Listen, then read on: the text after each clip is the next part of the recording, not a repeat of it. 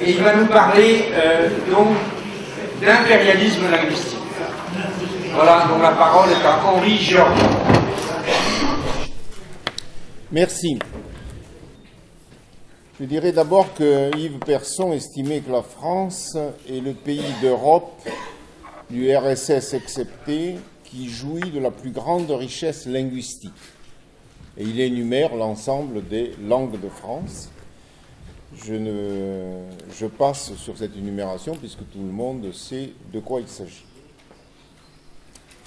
Mais j'y reviendrai, il rattache le franco-provençal, aujourd'hui on parle même de l'arpitan, comme un ensemble dialectal particulier qu'il rattache au français. Donc c'était vraiment les 7 langues différentes, breton, occitan, basque, etc. Et je crois qu'il nous propose une approche des problèmes des langues de France et plus généralement de ce qu'on peut appeler l'impérialisme linguistique, qui reste aujourd'hui d'une très stimulante actualité. Je crois qu'on a vraiment intérêt à revenir sur cette période et à regarder de près ce qui était. La première chose que je soulignerai, c'est qu'il n'est pas question pour lui de séparer la vie des langues régionales ou minoritaires des problèmes des peuples dont elles sont un instrument essentiel de différenciation culturelle. Ceci à la différence de notre approche d'aujourd'hui. Il s'inspire des théories d'Erwan Valéry, fondateur du mensuel Save-Breich, qui, comme les Occitans François Fontan ou Guy Hérault, théorisait à l'époque, dans les années 70, une théorie de la nation. Et il cite explicitement cette source dans un article de 1973. Je vous lis cette citation parce que je crois qu'elle est tout à fait essentielle. « La langue est le phénomène central de toute culture, celle-ci devant être entendue comme elle l'est par les anthropologues, comme l'ensemble des façons d'être d'un groupe humain, et non comme ses productions les plus intellectuelles selon le sens élitiste et restrictif que la pensée bourgeoise a voulu imposer. En conséquence, la langue se trouve au centre de la définition de la nationalité, c'est-à-dire de la répartition de l'humanité en groupes culturels. » Je crois que c'est tout à fait essentiel de comprendre ça. Cette théorie a inspiré les nationalismes minoritaires qui n'ont jamais réussi à s'imposer et dont on est en droit de discuter aujourd'hui la légitimité. Cependant, Yves Persson est stimulé par cette réflexion et qui a le mérite, et je crois que c'est le plus important, de placer le fait linguistique au cœur de la revendication régionaliste. Il insiste sur des phénomènes de domination linguistique qu'ils sont, je le cite, comme les langues elles-mêmes, au cœur des phénomènes d'oppression culturelle, c'est-à-dire nationale. Et pour mettre en évidence la centralité de ce phénomène, on l'a dit, je crois Jean-Lac Monnier l'a dit tout à l'heure, Persson brosse un large panorama historique qui va de l'Empire romain jusqu'à nos jours. Et je crois que c'est là un point tout à fait essentiel que cette mise en évidence de la continuité historique et du fait que l'oppression des langues régionales ne date pas du rapport de l'abbé Grégoire, mais commence très loin dans l'installation de la monarchie capétienne, au XVIe siècle. Il fait remonter au moins au XVIe siècle, si ce n'est plus haut. La France, dit-il, est par définition l'héritage de la tradition niveleuse de l'Empire romain, dont la France, notamment, s'est crue l'héritière à partir du XIIe siècle, quand l'idéologie construite par les moines de Saint-Denis a incité le roi à se considérer comme empereur en son royaume. Et il est également important de remarquer que cette analyse est confortée par les observations qu'il va faire en Afrique durant son séjour africain, d'abord comme administrateur des colonies, ensuite comme professeur à l'université de Dakar, Et ces deux terrains, le terrain breton et français en général et le terrain africain, qui nourrit sa pensée sur l'impérialisme linguistique. Et il commence en Afrique, ça c'est l'expérience coloniale, à distinguer, différencier fortement la tradition française, qui est d'impérialisme linguistique et de destruction des langues locales, de la façon dont les Anglais, dans le cadre du Commonwealth, ont de traiter les peuples qu'ils colonisent tout autant, mais en respectant davantage les particularités linguistiques. Donc il insiste beaucoup là-dessus, et je crois que c'est aussi très important. Alors il souligne, par exemple, que l'enseignement dispensé par les écoles françaises excluait systématiquement les langues africaines, traquées dans la conscience de leurs usagers. La volonté de les réduire à l'état de patois, terme de mépris spécifiquement français, et à longue échéance de les faire disparaître au profit de la noble langue des classiques était parfaitement nette et avouée. Tout français, même de gauche, et par ailleurs qui pouvait être anticolonialiste, adhérait à ce point de vue en dehors de rares hérétiques. Et il n'hésite pas à qualifier ces méthodes de génocide culturel, expérimenté de longue date dans l'Hexagone, je le cite, qui obtient par ailleurs des succès importants. Il est très sensible aussi à ce qu'il y a d'intolérable dans le génocide culturel perpétré par la France dans ses colonies et territoires et départements d'outre-mer. Il souligne les contradictions de la francophonie qui prenait son essor dans les premières années de la Ve République, et tandis qu'un Léopold Sédar Senghor n'hésitait pas à voir dans ce concept un humanisme intégral qui se tisse autour de la Terre, je cite, symbiose des énergies dormantes de tous les continents, toutes les races, Yves Persson constate que cette francophonie, à cette époque-là, est une entreprise ambiguë. Il défend à juste titre les minorités francophones, comme les Québécois ou les Jurassiens, mais un tel mouvement manque d'une base saine, je le cite, du fait que le français ne se contente jamais du rôle de communication, mais entend éliminer toute autre langue à son contact et empêcher la reconstruction de toute personnalité collective distincte.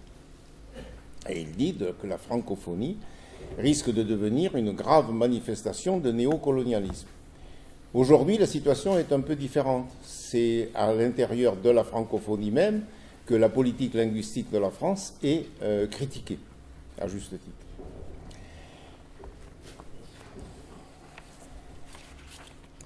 Comment Persson aborde-t-il le problème des langues en France? Il inscrit ce problème des langues régionales à la fois dans son épaisseur historique, je viens de le dire, mais aussi dans une problématique de colonialisme intérieur très large. Je passe rapidement sur l'inscription dans la longue durée. Je voudrais citer, vous lirez dans le texte écrit qui sera publié, le détail de cette démonstration, mais il insiste beaucoup sur la notion de France incréée. Qu'est-ce que ça veut dire? Il explique ceci. Pour les musulmans, le Coran est incréé, c'est-à-dire qu'il n'est pas une œuvre humaine, mais une réalité éternelle, intemporelle, consubstantielle à Dieu, auprès de qui elle existe de toute éternité. C'est ça la France incréée. Vous voyez, c'est une espèce d'existant mythique à l'égal de Dieu. Vous voyez la force de cette expression qu'on cite souvent sans toujours en comprendre vraiment la portée. Et en face de cela, il défend l'idée d'une France qui est le produit d'une histoire qui n'est jamais fatale ni close et qui appartient, la France, aux divers peuples qui l'habitent. Vous voyez, donc vraiment un renversement de la conception de la France, qui était Je crois aujourd'hui, peut-être, on est un peu habitué, mais à l'époque, c'était quelque chose de tout à fait révolutionnaire et très important. Pour lui, la défense des langues de France, du breton au basque à l'occitan, au corse, etc., ne se conçoit pas comme une simple revendication culturelle. Et c'est là aussi la grande différence avec la façon dont on conçoit ce problème aujourd'hui. Et il lie cette revendication, cette défense, à une perspective régionaliste. Et il souligne le caractère oppressif dans lequel la culture française se développe de ce point de vue. Il cite une anecdote, je cite cette anecdote parce que j'ai trouvé que c'est très éclairant. Il dit « Un de mes amis, enseignant la géographie à l'université de Lyon, a voulu, il y a quelques années, insérer dans le livre de première qu'il rédigeait une simple carte linguistique de la France, accompagnée d'un commentaire purement descriptif. Aucune apologie d'un nationalisme régional ou d'un séparatisme quelconque. L'inspection générale a aussitôt refusé son aval au manuel et l'éditeur a exigé qu'on enlève la carte. Ainsi, le seul fait pour un géographe de dire qu'on parle en France d'autres langues que le français est un geste dangereux à proscrit. » Et vous savez qu'en 1985, une organisation d'enseignants occitans, la FELCO, Fédération des enseignants de langue occitane, a demandé au cabinet du ministre de l'Instruction de l'époque, qui était Jean-Pierre Chevènement, de donner à tous les écoliers étudiants une information et un savoir minimal sur le pluralisme linguistique culturel de notre pays. Ça a été refusé par le directeur de cabinet de Chevènement, et depuis 1985, cette revendication est régulièrement renouvelée par la FELCO, c'est Philippe Martel, son président actuel, qui me le disait récemment, et a été régulièrement refusée. Or, quoi de plus simple que de mettre dans les manuels une information. En France, voilà ce que c'est le breton, etc. Ça éviterait à des intellectuels aussi prestigieux qu'Alain Finkielkraut de dire que le corse n'est pas vraiment une langue, que c'est un truc qui est parlé par quelques bergers attardés et qu'il n'y a ni littérature, ni poésie, ni rien du tout, alors que c'est évidemment tout le contraire. La force de la pensée de Persson sur le problème des langues de France est de replacer les différences linguistiques au cœur d'une problématique d'autonomie régionaliste. Et là, il y a toute une pensée qui est élaborée par des hommes comme Robert Laffont, et je viens de, comme le rappelait tout à l'heure, de découvrir, enfin de lire la correspondance échangée par, enfin du moins les lettres d'Yves Persson à Robert Laffont, et on s'aperçoit qu'il y a vraiment la mise au point d'une théorie, d'une analyse qui est faite en groupe. Bon, bien entendu, ça n'enlève pas le mérite respectif des uns et des autres, mais il y a vraiment une pensée collective qui est mise en place. Je passe sur l'aspect qui est peut-être, enfin, mais Yves Placereau va en parler, de la place des langues non territoriales dans la pensée de Persson. Il y a, à ma connaissance, mais peut-être Placereau infirmera cette affirmation un peu légère que je fais, il y a peu de place pour les langues non territoriales. Cependant, le problème, Yves Persson y était tout à fait sensible. Il a même consacré toute une réflexion aux théories de Berborokov, d'Otto Bauer, etc.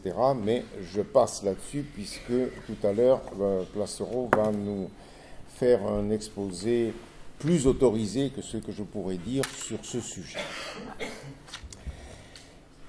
Je dirais pour conclure sur ce point que la façon dont Persson aborde le problème des langues de France se caractérise par son souci de voir en elle un aspect central de culture différenciée qui fonde l'existence de peuples ou ethnies.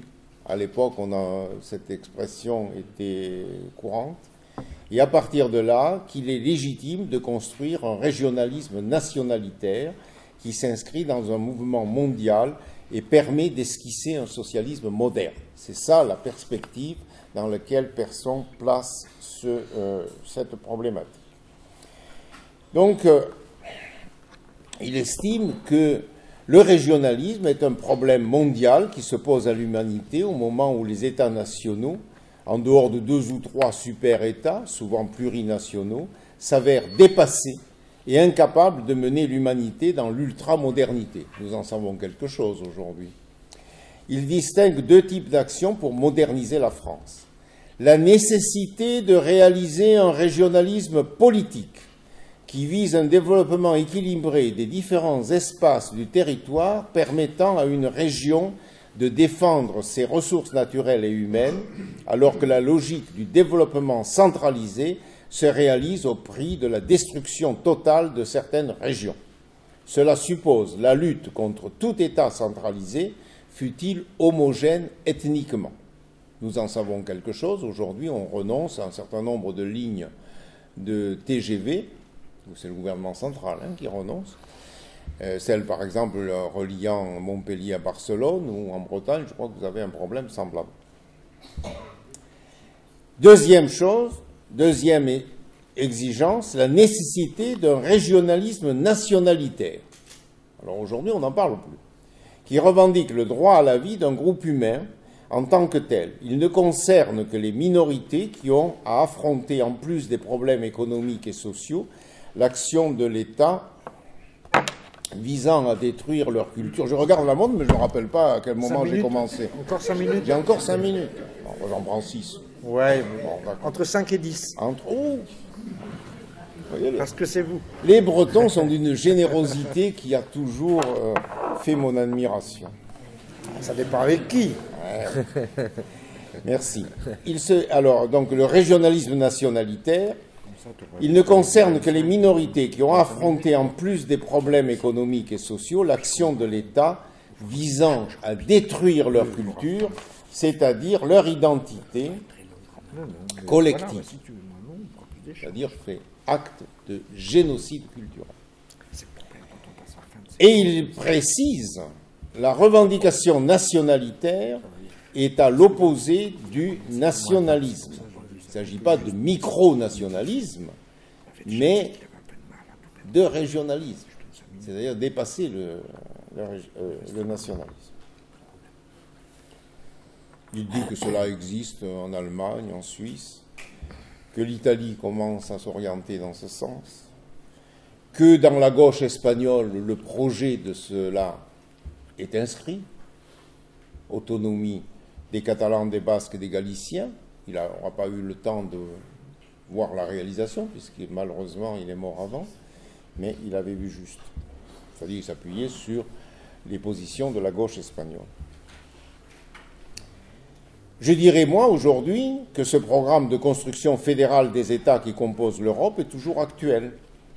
Persson estimait que la France doit affronter les problèmes des 2 types avec une intensité exceptionnelle. Il disait, la France est vraiment l'endroit où il faut s'agiter pour réaliser ça. Ce qu'on n'a pas fait, bien entendu. Et donc, il souligne que le régionalisme nationalitaire est l'aspect le plus important en France, parce que les nationalités différentes de l'ethnie française sont les plus importantes, etc. Et à la fin des années 70, Yves Persson croit fermement à l'évolution d'une partie de la gauche. Il croit à une rupture avec la tradition centraliste du Parti socialiste lui-même. Et là, je serais peut-être un petit peu en désaccord avec notre collègue Monnier sur son rapport à Mitterrand. Ça se mériterait d'être analysé de plus près.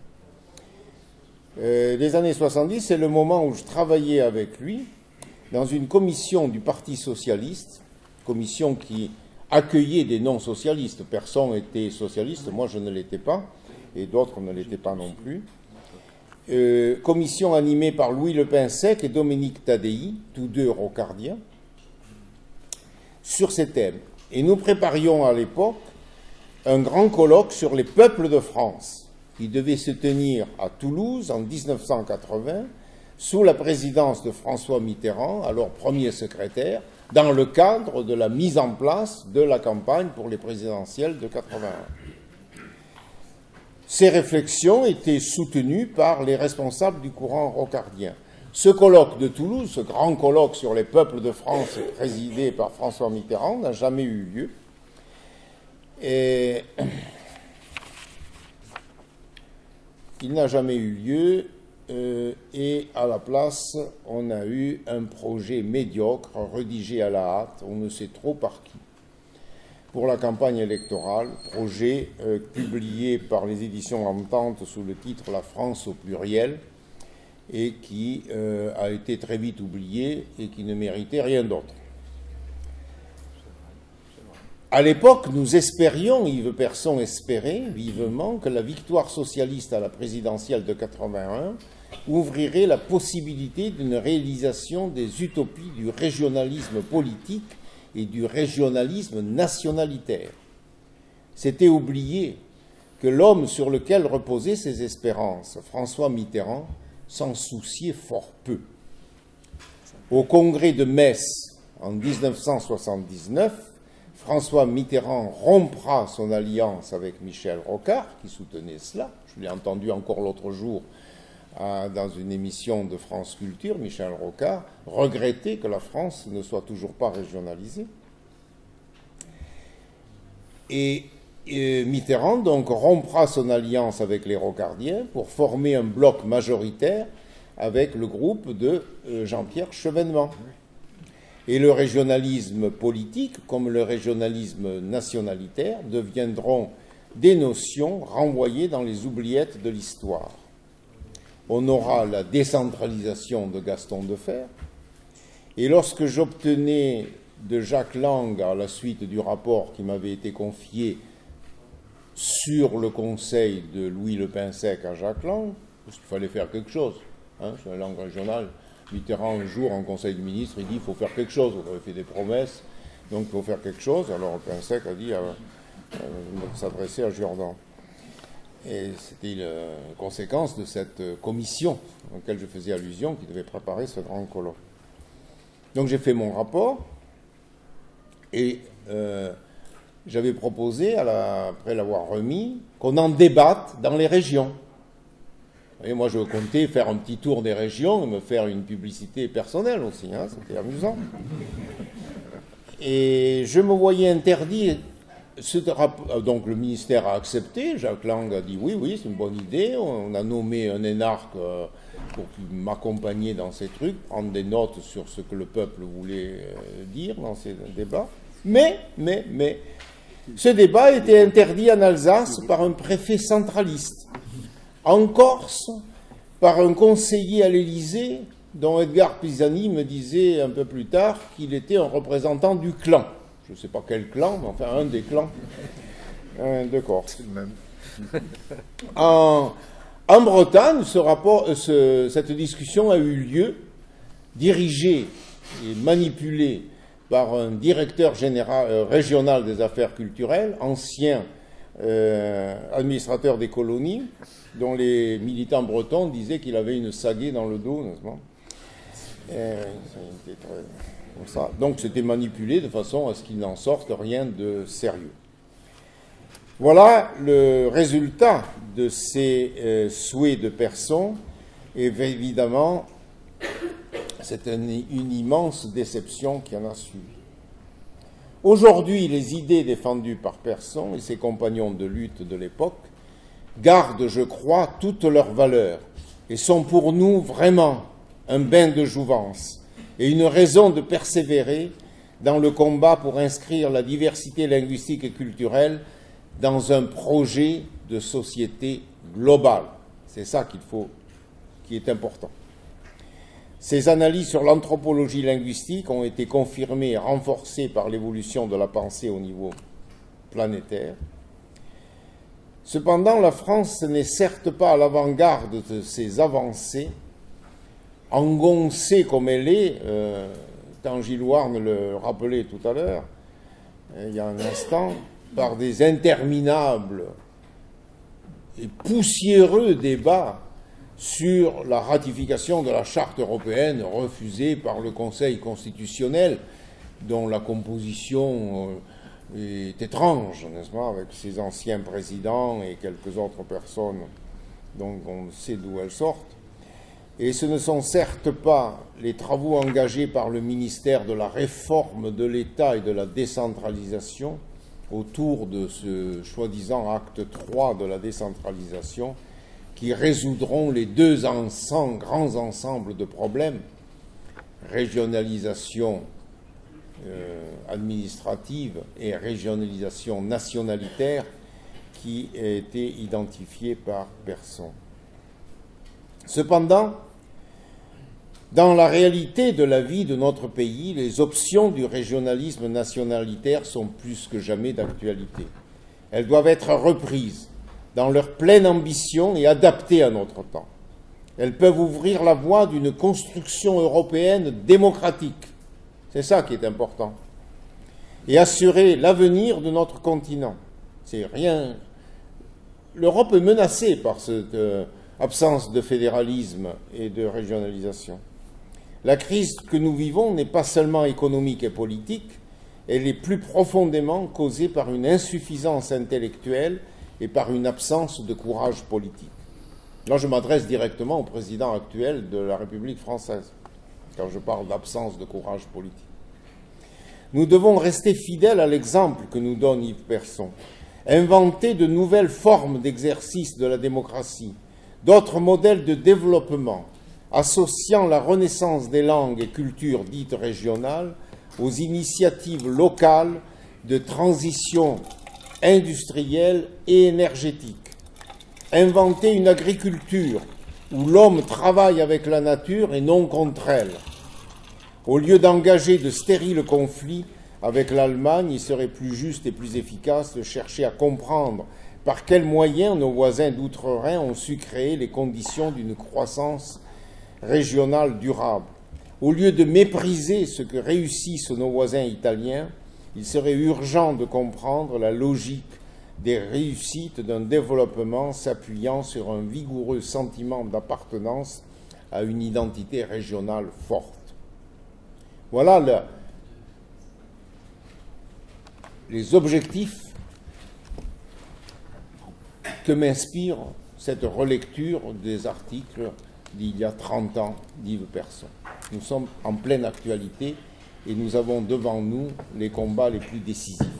Merci.